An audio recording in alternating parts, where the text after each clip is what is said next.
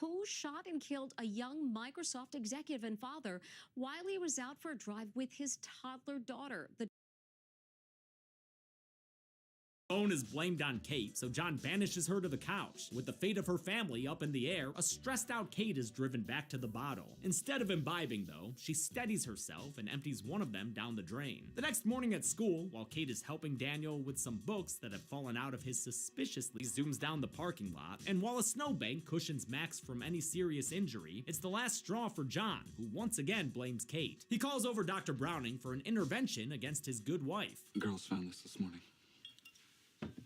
Girls found it. You mean Esther found it? Farmiga is heartbreaking here as she tells them that she wasn't drunk while dropping off the kids. The only reason that I'm sober is because of Max and Daniel. That is the only reason. I look at the pond, I think about what would have happened had you not been there, and it makes me want to kill myself. But her pleas are ignored by John, who calls her manipulative. Solidifying himself as a top 10 shitty horror husband, he gives her a and says he'll take the kids away if she doesn't. Kate tries to get ahead and sneak out with the kids that night, but she's stopped by Esther, who finally drops the friendly facade. Go to your room.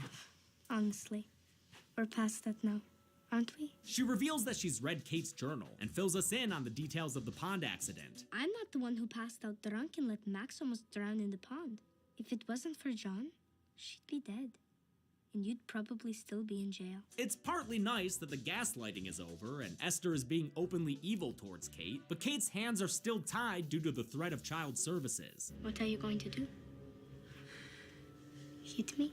Well, she's 9, so if the dealer has a 2, then probably. The next day, Kate sneaks into Esther's room to dig up some dirt. A better look at her Bible reveals an inscription in the back, the Sarn Institute. She calls their number to ask about Esther, assuming it's her previous orphanage. It is not. Not come from here. Well, I haven't even told you her name yet.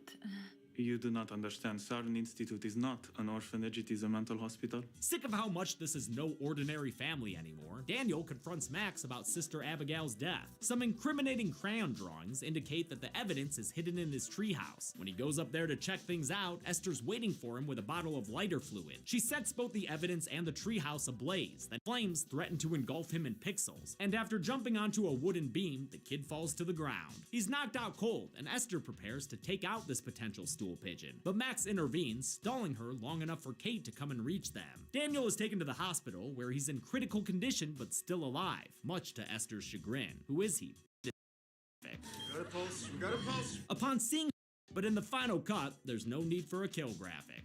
We got a pulse. We got a pulse. Upon seeing her son nearly killed, Kate marches up to Esther and bitch slaps her, Maury style. Great, now John's gotta deal with another the slap. The violent outburst gets Kate sedated by the staff. Can they do that? Just drug a random woman who's not a patient or anything? Seems wrong. Kate is forced to spend the night at the hospital while her family goes home without her. John tucks the girl's adult makeover with Kate's clothes. He loves fuck, takes advantage of I really that throughout the movie, but holy fuck, is it absolutely torturous to watch play out. Sister Judith, tomorrow we're gonna have a conversation about your future in this house. I can't do it.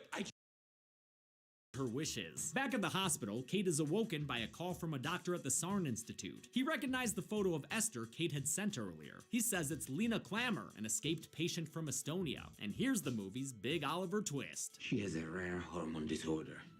It's called hypopituitarism. It causes proportional dwarfism. She only looks like a child.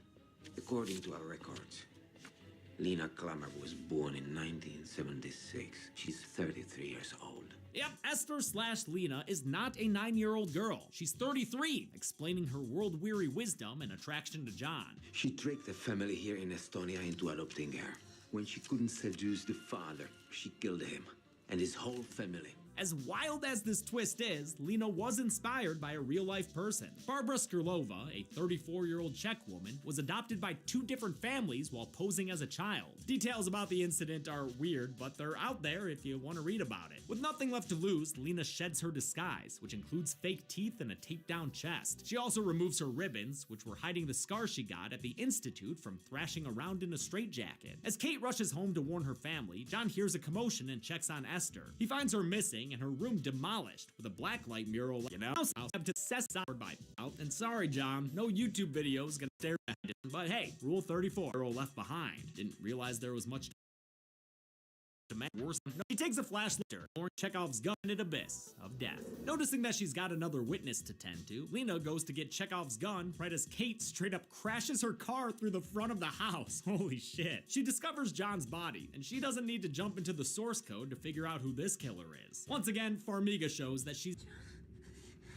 movie thing as an insult. I love how fucking wacky and outlandish this movie is. Kate searches for Max but doesn't find her. Instead, she finds a bullet in her shoulder thanks to Lena, who shoots her through an upstairs window. In case you were wondering, that's 5 hours of makeup and prosthetics making this 12-year-old look like an adult. I wish I could find more details about this movie's makeup team, but these Instagram stories from Isabel Furman will have to suffice for now. Kate ties a tourniquet and escapes out to the roof where she sees Max getting cornered in the greenhouse by this wicked little thing. Mama Bear don't like that, so when the bullets start flying, so does she.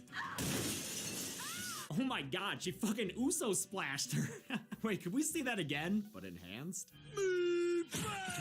With the threat seemingly neutralized, Max and an injured Kate leave to meet the cops approaching the house. But careful, ladies, this is the moment when the supposedly dead killer comes back to life for one last scare.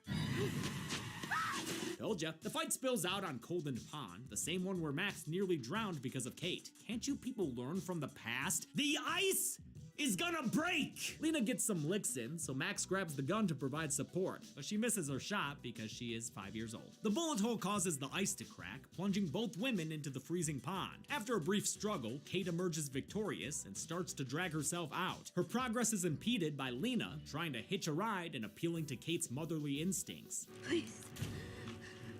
Don't let me die, Mommy.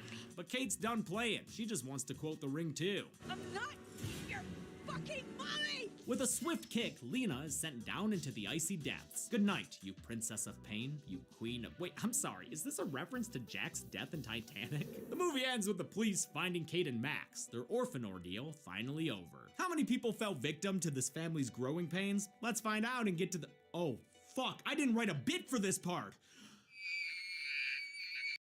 Died an orphan, a pint-sized body count for a pint-sized killer. The victims consisted of one man and exact kill count and gender breakdown once before, way back in The Dentist, with a runtime of 120 to life.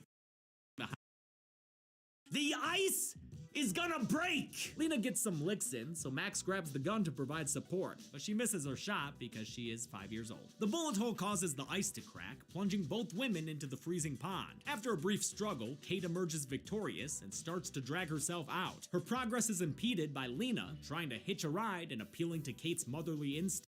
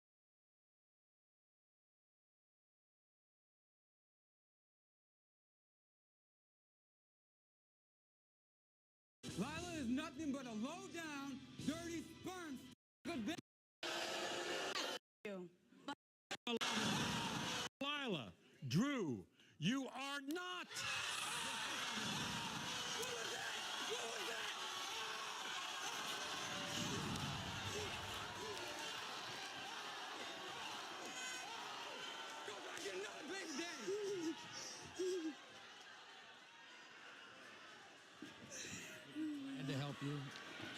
Don't jump all over her, okay? It's okay, Lila.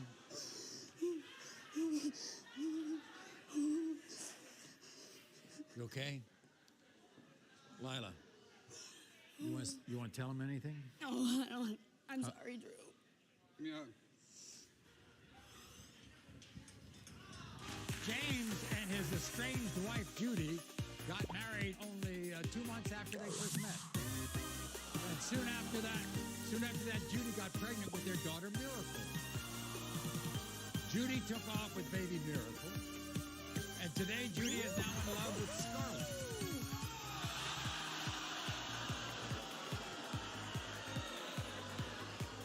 You're emotional and you're angry. It just hurts Why are you so angry with her? because I was there with her when she had the baby, when she had the C-section. And you named her. Day one, and I named her. And she has my last name. And then 2 months after she had her, she left with her. On herself and the baby. More. Boo-hoo-hoo-hoo-hoo. Cry, cry, cry, cry, cry. You're not father material. You never were. You damn crybaby. Soon after that, Judy got pregnant with their daughter, Miracle. Judy took off with baby Miracle. And today, Judy is now in love with Scarlett.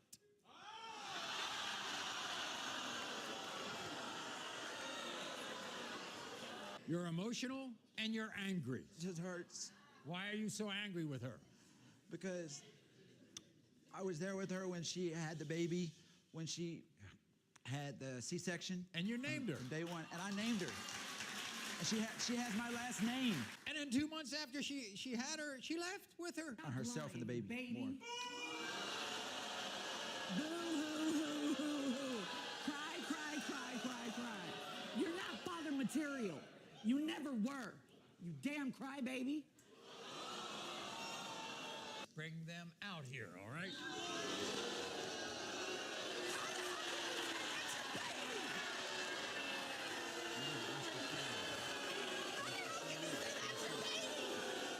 That's my kid.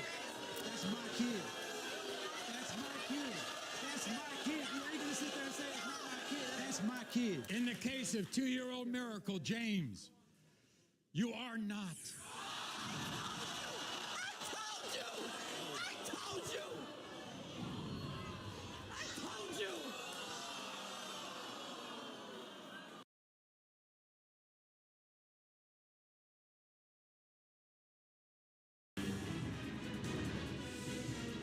Paternity Court came to the cultural headlines in the 90s when the original paternity gangster, Mari,